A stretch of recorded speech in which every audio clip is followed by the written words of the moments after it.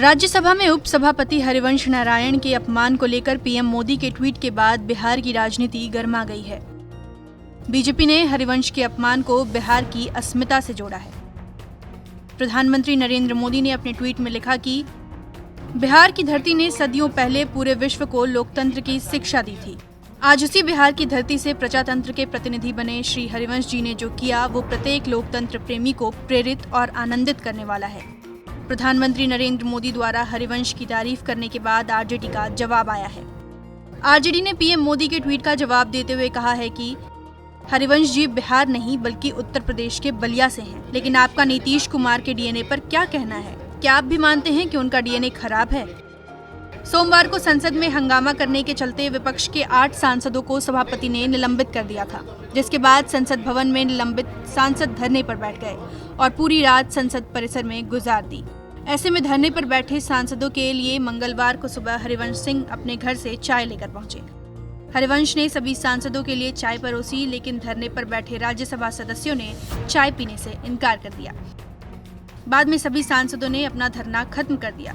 इसी के कुछ देर बाद हरिवंश ने राज्यसभा के सभापति को चिट्ठी लिखकर अपनी पीड़ा बयां करते हुए कहा कि वो 1 दिन का उपवास करेंगे। हरिवंश के चाय लेकर पहुंचने पर पीएम मोदी ने उनके इस व्यवहार की ट्वीट करके तारीफ की थी। आरजेडी के ट्विटर हैंडल से हरिवंश को उत्तर प्रदेश का बताते हुए तेजस्वी यादव की प्रतिक्रिया सामने आई है। राज्यसभा में उपसभापति हरिवंश नारायण के अपमान को बिहार प्राइड का मुद्दा बनाने पर तेजस्वी यादव ने सीएम नीतीश कुमार और पीएम मोदी को आड़े हाथों लिया है। मैं इतना कहना चाहता हूँ, जितने गैर बिहारी लोग हैं अब उनको बिहार की ही चिंता होगी। उठते सुटते जागते खाते पीते नहाते धोते सिर्फ अब बिहारी लगेंगे, और जब बिहार का चुनाव खत्म हो जाएगा तो बिहार को ये भूल जाएंगे।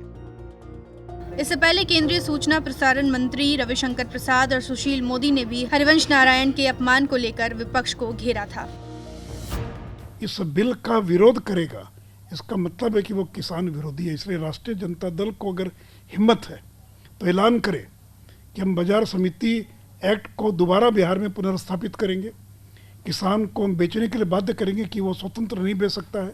हिम्मत है तो राष्ट्रीय जनता दल इसकी घोषणा करे।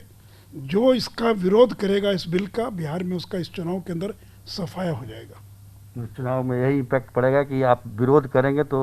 इसलिए देखिए, यहाँ कोई मुद्दा नहीं है, लेकिन अगर कोई मुद्दा बनाने का प्रयास करेगा, और ये तो हमारे 15 साल पहले हम लोगों ने खत्म कर दिया, तो इसलिए मैंने चुनौती देता हूं मैं कि राष्ट्रीय जनता दल के लोग जो ट्वीट करके और फेसबुक पर इस बिल के विरोध में बयानबाजी कर रहे हैं, और जो हरिवंश जी के साथ जो घटना घटी उसके अंदर राष्ट्रीय जनता दल के लोग भी शामिल थे।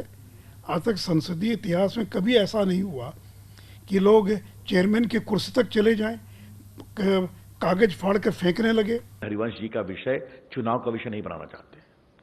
ये एक बहुत ही प्रामाणिक, आदरणीय, मर्यादा से भरे हुए अंतर्राष्ट्रीय स्तर के व्यक्तित्व का अपमान हुआ है, जिसके कारण देश को भी चोट पहुंची है, संसदीय मर्यादा तार तार हुई है। और वो बिहार के हैं, बिहार उनकी कर्मभूमि भी रही है, जन्मभूमि भी बिहार से सटे हुए है, सरयू के उस पार, तो उसके कारण बिहारियों को बहुत दुख हुआ है, ये हम कहना चाहते हैं।